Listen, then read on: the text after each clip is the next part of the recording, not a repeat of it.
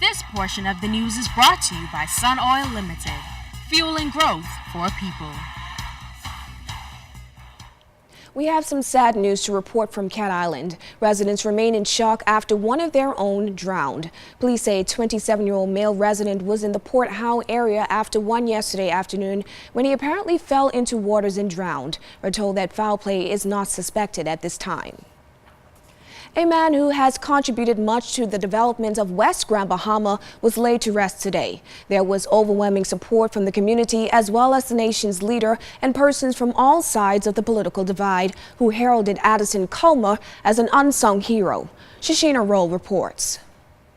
Tears flowed as a packed church gathered to say goodbye to an icon in the Western District. Addison Culmer has played a pivotal role in many lives in different ways. Member of Parliament for Central Grand Bahama Nico Grant, who is also a West End native, says Culmer took him under his wings in 1965 and hired him as a dispatcher. You would appreciate that in 1965, £15 was a lot of money.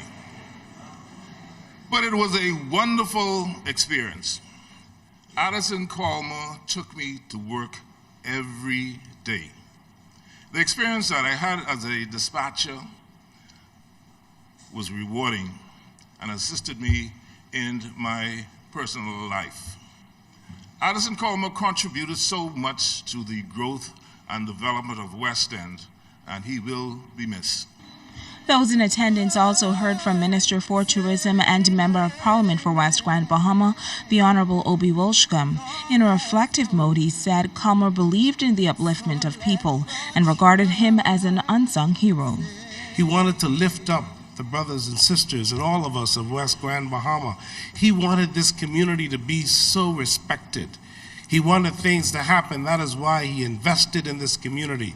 That is why he involved himself with the lodge. That is why he caused for organizations and he brought young people together in the sporting areas, whether it was softball or basketball. He made sure that we were building a community. He understood at all times that before you can have a great country, you have to have great citizens.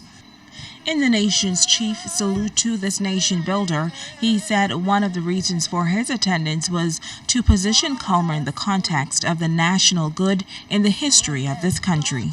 Nobility in historical moments have a way of rising above politics.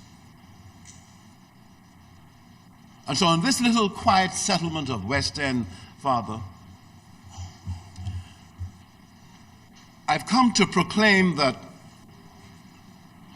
one day we're going to be able to lift up the names of the men and women who understood why they should do that old proverbial stand, and when they did the best to stand, continue to stand.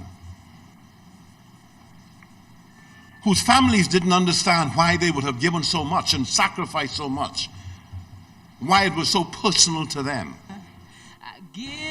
During the sermon, Father Ian Claridge says while Culmer is a man of many titles, what stood out most is his love for family and God. My friend as a Christian was defined by what he did, but also by who he was.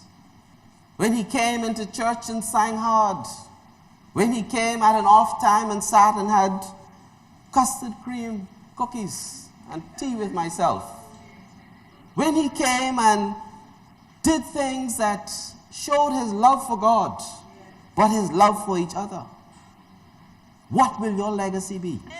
Devoted husband and father, devout Anglican and former president of the Grand Bahama Taxi Union, Addison Culmer died at the age of 80. Shashina Roll, ZNS Network News. Unemployment on the island of Bimini is expected to decrease as the new resort in that community prepares for an expansion. The multi-million-dollar project at Resorts World Bimini is set for December and 150 rooms will be added. Now, while a number of Biminites have been engaged at the facility, Bahamians from a number of the islands have flocked there. Director of Human Resources Chris Roll says while the transition process is going pretty good, there are some concerns. He noted that some staff have issues with the accommodations. And our rooming people or dorming people, employees is very different, I think, I would say, for our culture. I would say the persons who have worked on cruise ships, they're very comfortable there. They're accustomed to rooming with others. A lot of adjustment sometimes is persons who's not accustomed to living with strangers or living with different persons. We try in every effort to pair like persons together in terms of their roles in the resort or the casino, or we try to pair persons with similar duties, so therefore we can have less disruptions within the apartments that they're living. However, I would say honestly that not everybody is comfortable with dorm living or living with others. So it can work for them. It works with most persons. They see the opportunity, they see the goal, they see the light at the end of the rainbow, and they make the adjustments. So it is an adjustment, though, to move to another place and to live with persons that you've not known before. It definitely is a social adjustment. Meanwhile, President of Resorts World Dana Leibovitz addressed concerns about the growth of the project and whether or not the island has the capacity to handle the influx of visitors. So the number of people that are coming to the island are really no different than what's here on a busy weekend anyway. So we have no doubt that the island itself can handle the growth with the staff that have been, or with the people that have been coming in off the ferry. I know they've been very well received in Alistown. We're doing everything we can to mitigate any issues with traffic, with overloading of the island. It's not happening, and I think that overall it's been a tremendous impact on Alistown and Bimini in general. A health survey will be conducted in 25 public and private schools next week as government wants to ensure a healthier generation for tomorrow. The Ministry of Education will partner with the Ministry of Health as well as the international groups involved. Education Minister Jerome Fitzgerald says the project is designed to collect vital information on some of the diseases that could be affecting students. It is therefore imperative that we obtain an accurate picture of the state of our children's health, so that we can use the data to make informed policy decisions and implement strategies which will positively impact our children's development. It is important that we focus on our students' health because it can be a critical factor in the success in education. Health issues can be a major deterrent to learning. Therefore, we must take steps to ensure that our children's education is not disadvantaged due to preventable illnesses and conditions. Health Minister Dr. Perry Gomez says the initiative is a timely one.